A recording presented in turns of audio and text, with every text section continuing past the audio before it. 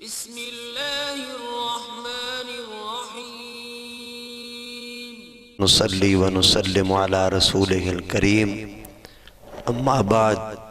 فاعوذ باللہ من الشیطان الرجیم بسم اللہ الرحمن الرحیم وَإِنَّكَ لَعَلَىٰ خُلُقٍ عَظِيمٍ آمنت باللہ صدق اللہ العظیم الصلاة والسلام علیک یا سیدی یا رسول اللہ وعلى آلک واصحابک یا حبیب اللہ الصلاة والسلام علیک یا سیدی یا رحمت للعالمین وعلى آلک واصحابک یا خاتم النبیین۔ السلام علیکم ورحمۃ اللہ وبرکاتہ۔ ناظرین، پروگرام ذکر حبیب صلی اللہ علیہ وسلم، اس کی وساطت سے اپنے نوجوان غیور مسلمان جوان جذبے رکھنے والے دوستوں کی وساطت سے ہم آپ کے سامنے حاضر ہیں۔ آج یقیناً ہر مسلمان، ہر پاکستانی ایک غم اور غصے کی لہر میں بھی ہے کہ ایک مشہور ملونہ آسیہ کو جو آج رہا کیا گیا۔ دیکھیے، پاکستان کی حقیقت یہ ہے، 1929 میں غازی علم الدین شہید رحمت اللہ علیہ کو شہید کیا گیا تھا، تو اس کے ایک سال بعد ہی الہ آباد کے مقام پہ علامہ اقبال رحمت اللہ علیہ نے پاکستان کا تصور پیش کر دیا تھا۔ وہ کیوں کیا تھا؟ اس لیے کہ کب تک ہم عشاق رسول صلی اللہ علیہ وسلم کے جنازے اٹھاتے رہیں گے، لہٰذا ہمیں الگ ایک ملک بنانے کی ضرورت ہے۔ اس کا مطلب کہ پاکستان کی بنیاد غازی علم الدین شہید رحمت اللہ علیہ کا خون اور نبی اکرم صلی اللہ علیہ وسلم کا عشق بنا ہے۔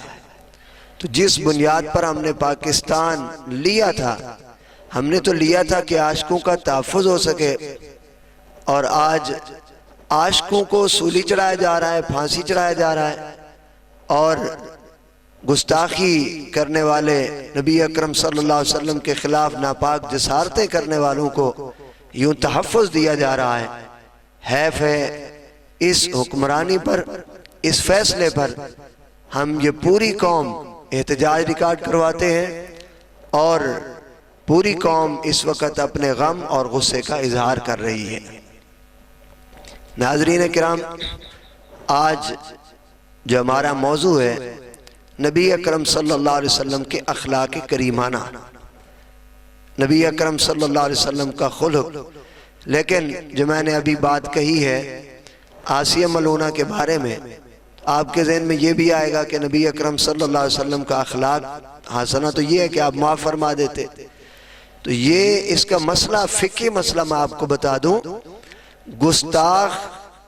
جو نبی اکرم صلی اللہ علیہ وسلم نے گستاخوں کو، وہ ابن قتل کو کعبے کے پردے کے پیچھے جو چھپا ہوا تھا اس کو نکلوا کے آپ صلی اللہ علیہ وسلم نے قتل کروایا، اور کسی کو معاف کر دینا یہ نبی اکرم صلی اللہ علیہ وسلم کا اختیار ہے، آپ جس کو چاہیں معاف فرما دیں۔ آپ صلی اللہ علیہ وسلم کے چلے جانے کے بعد ہمیں کوئی اختیار نہیں کہ ہم آپ کے گستاخ کو معاف کریں۔ رہا آپ صلی اللہ علیہ وسلم کا خلق حسنہ، تو آپ صلی اللہ علیہ وسلم کا اخلاق مبارک ان کے ساتھ تھا، ان کفار کے ساتھ بھی تھا کہ جن کے لیے اسلام کی راہ اور ہدایت جو تھی وہ کھل جاتی، اور اگر وہ بعد میں بھی اسلام کی راہ میں روڑے اٹکاتے، تو ایسے لوگوں کے لیے اخلاق نہیں بلکہ نبی اکرم صلی اللہ علیہ وسلم کی ضرب عضب بھی تو مشہور ہے، آپ صلی اللہ علیہ وسلم کی تلوار مبارک بھی مشہور ہے۔ اخلاق نبی اکرم صلی اللہ علیہ وسلم کا یہ ہے۔ حضرت سیدنا انس رضی اللہ تعالیٰ عنہ آپ فرماتے ہیں، خدمت رسول اللہ صلی اللہ علیہ وسلم 10 سنین ما قال لی افن قط۔ حضرت انس رضی اللہ تعالیٰ عنہ فرماتے ہیں، میں نے نبی اکرم صلی اللہ علیہ وسلم کی 10 سال تک خدمت کی ہے، نبی اکرم صلی اللہ علیہ وسلم نے کبھی مجھے اف کا لفظ نہیں بولا۔ جب کوئی کام کرنا ہوتا، مجھ سے رہ جاتا، نہ کرتا، تو آپ نے یہ نہیں فرمایا کہ یہ کام تو نے کیوں نہیں کیا، اور اگر جو نہیں کرنا ہوتا میں نے وہ کر دیا تو آپ صلی اللہ علیہ وسلم نے اس پر بھی مجھے ڈانٹا نہیں۔ زجر و توبیخ نہیں کی۔ اس سے نبی اکرم صلی اللہ علیہ وسلم کی ذات سے ہمارے لیے نمونہ ہے۔ کیا ہمارے جو فیکٹری میں ملازم ہمارے پاس کام کرتا ہے، شو روم میں جو ہم نے ملازم رکھا ہوا ہے، یا اپنے کھیتوں میں جانوروں میں جو ہم نے ملازم رکھا ہوا ہے، کیا ہم اس کے ساتھ یہ حسن اخلاق کرتے ہیں؟ کیا ہم یہ گوارا کرتے ہیں کہ اپنے اس نوکر کے ساتھ کبھی بیٹھ کر کھانا بھی کھا لیں، کہ وہ بھی کوئی اپنے درد کی بات ہمیں سنا لے؟ ہم اگر کرتے ہیں تو اچھا ہے، اور اگر نہیں کرتے تو ہمیں کرنے کی ضرورت ہے، ہمیں کرنا چاہیے۔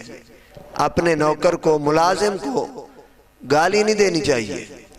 بلکہ اس کا احترام، اسلامی طور پر اس کا احترام کرنا ہمارے لیے ضروری ہے۔ دوسری حدیث مشکوٰۃ شریف کی، حضرت انس رضی اللہ تعالیٰ عنہ فرماتے ہیں ایک دن نبی اکرم صلی اللہ علیہ وسلم نے مجھے کسی کام کے لیے بھیجا، تو میں کام کے لیے جب گیا، آگے بچے کھیل رہے تھے، ان کی عمر بھی کم تھی، بچے تھے، یہ بھی بچوں میں کھیل میں لگ گئے۔ کچھ دیر کے لیے جب کھیل میں لگے رہے، نبی اکرم صلی اللہ علیہ وسلم باہر تشریف لائے۔ حضرت انس کو بات ہی نہ یاد رہی کہ مجھے کسی کام کے لیے بھیجا تھا،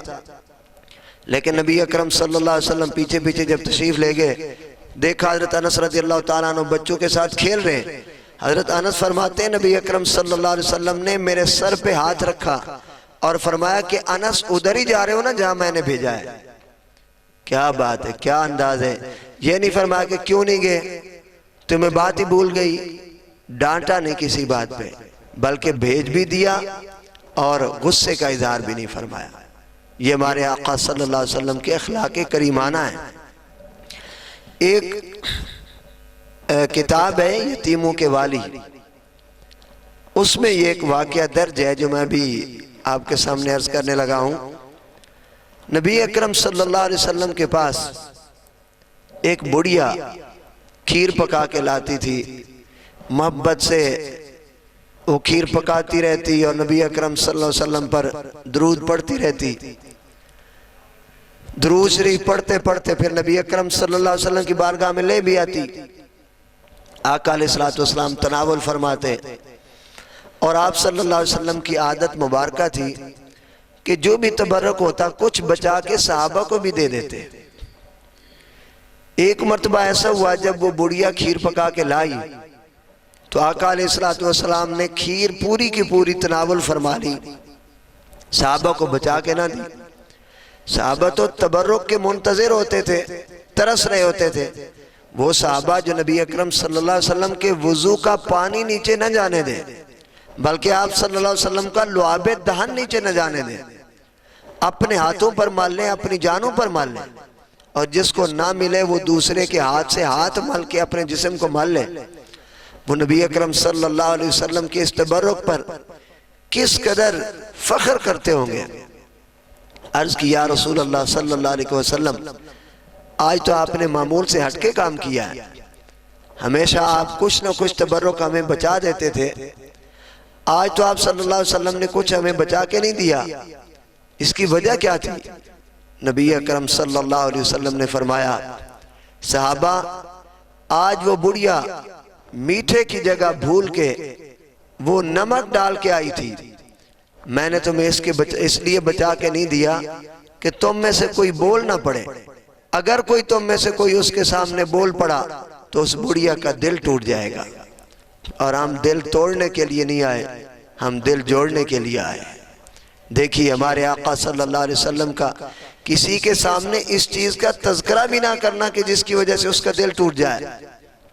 اس سے بڑھ کر اخلاق کی کوئی مثال ہے؟ جب مکہ فتح ہوتا ہے، بڑے بڑے سردار جو بدر میں لڑے، احد میں لڑے، خندق میں آ کے لڑے،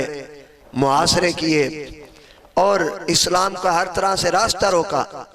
آج سارے کے سارے وہ لوگ کھڑے ہوئے ہیں، مکہ فتح ہو چکا ہے، اور وہ شخص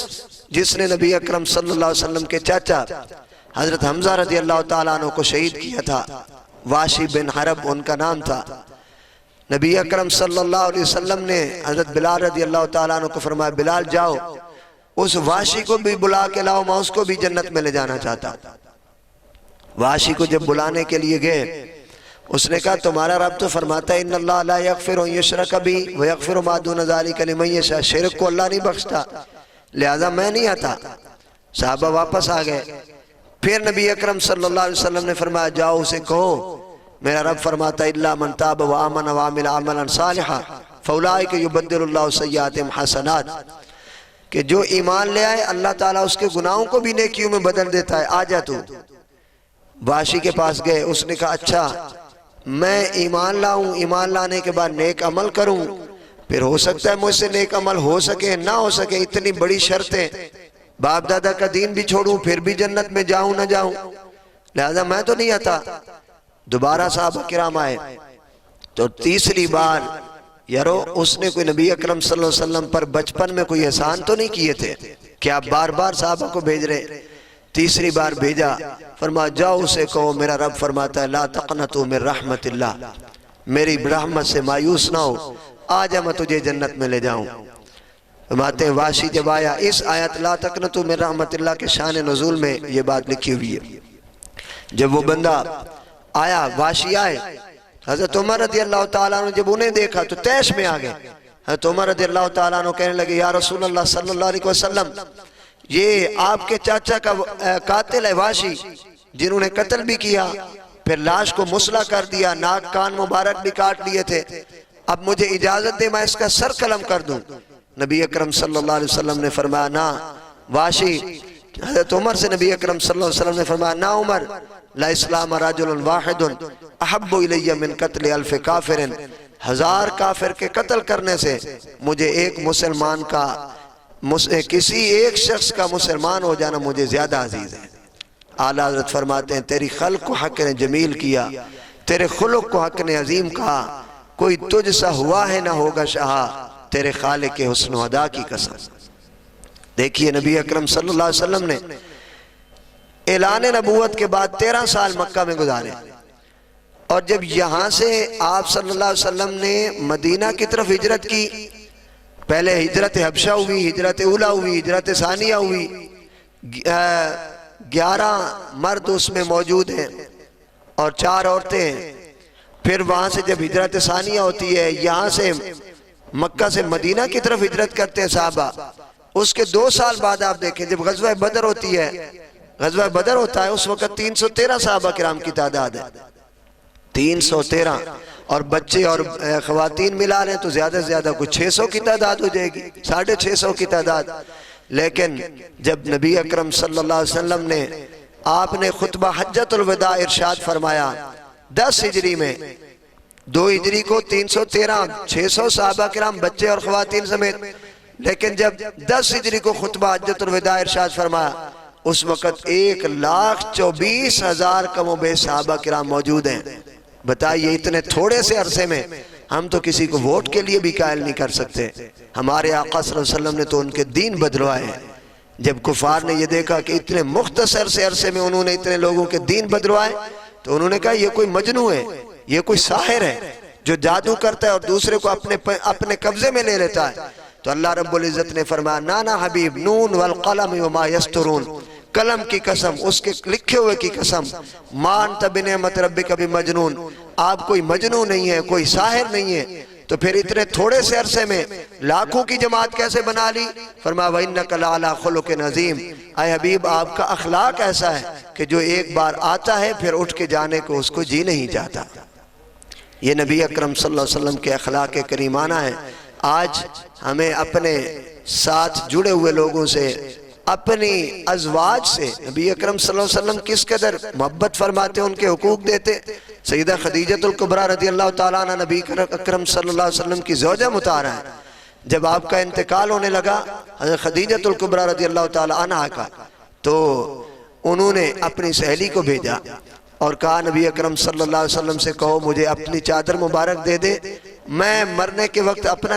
کفن بنا کے لے جانا چاہتی ہوں تاکہ قبر کی وحشت جو ہے وہ میرے لیے کم ہو جائے۔ جب وہ سہیلی ان کی نبی اکرم صلی اللہ علیہ وسلم کے پاس گئی، آقا علیہ السلام نے فرمایا یا خدیجہ تو لو سالت جلدی لآتے تو کہ اللہ کی قسم خدیجہ تو اگر مجھ سے میرے جسم کا چمڑا مانگتی میں تو وہ بھی اتار کے تمہیں دے دیتا۔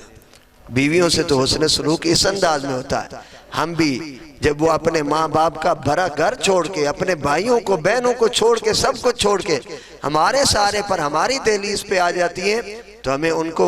ویسا پیار، ویسی محبت دینی چاہیے کہ وہ اس گھر کو اپنا گھر سمجھ لیں، نہ کہ جب ہم شام کو کسی کام سے تھکے ہارے آئیں تو سارا غصہ آ کے اپنے بچوں پہ، اپنی بیوی سے پہ نکالیں، پتہ نہ چلے کہ گھر میں ابو آئے کہ کوئی سانٹ چھوٹ پڑا ہے۔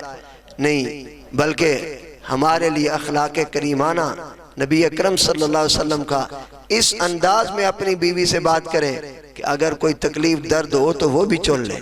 اپنے ملازموں سے یوں بات کریں کہ ان کا درد چن لیں، کسی سے محبت کرنا، کسی کا درد چننا سیکھیں، کسی کے کام آنا سیکھیں، کسی کے کام آنا، میں کسی کے کام آ جاؤں۔ آقا علیہ السلام فرماتے ہیں قیامت کے دن جب اعمال تل رہے ہوں گے، ایک شخص کی جنت میں جانے سے ایک نیکی کم ہو جائے گی، صرف ایک نیکی۔ وہ روئے گا کہ ادھر جنت نہ جا سکا، اور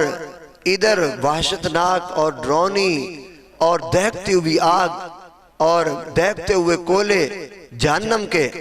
وہ بیچارہ رو رہا ہوگا، حال سے بے حال ہوگا۔